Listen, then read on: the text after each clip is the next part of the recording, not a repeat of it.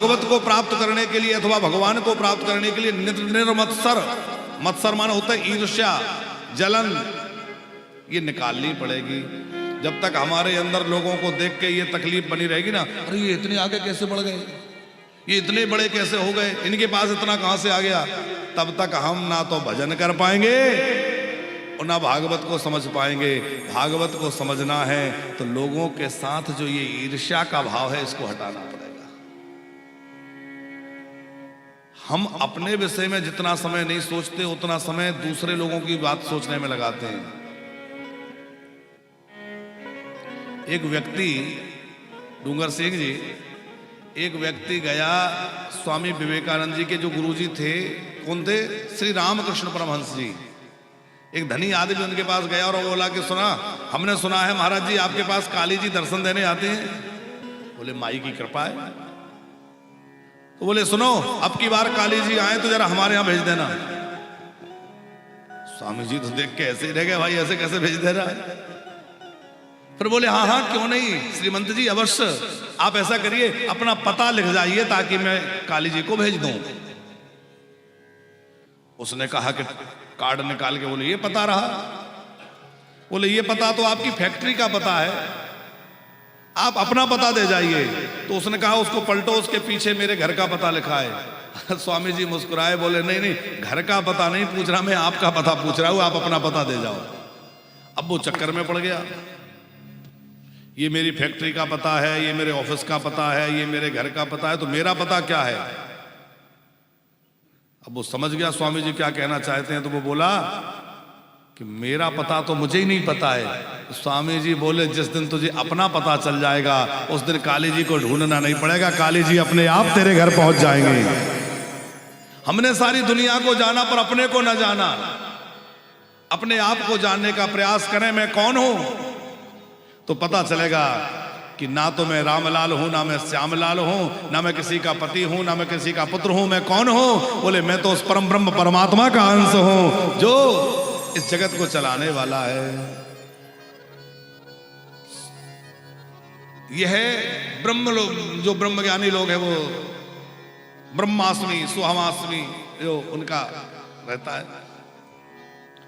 ईश्वर अंश जीवो अविनाशी, ईश्वर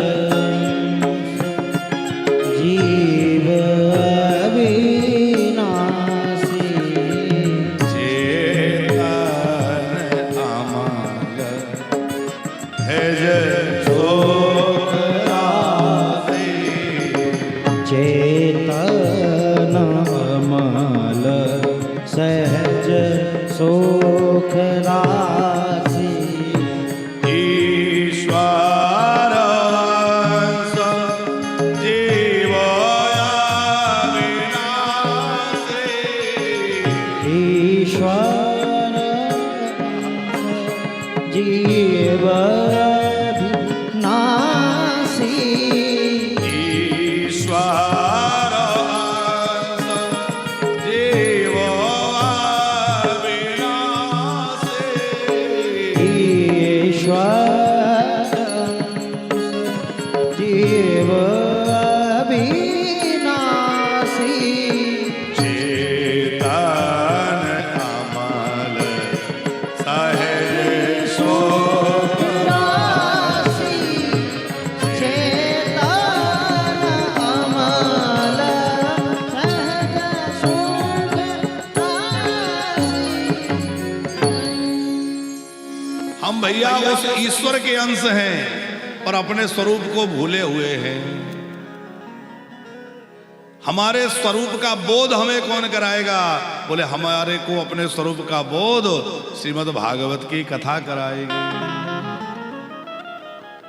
तो अपने विषय में सोचें, और भागवत सुनने की तो इच्छा होने मात्र से हृदय में हरि अवरुद्ध हो जाते हैं। यह वेद रूपी वृक्ष का परिपक्व फल है।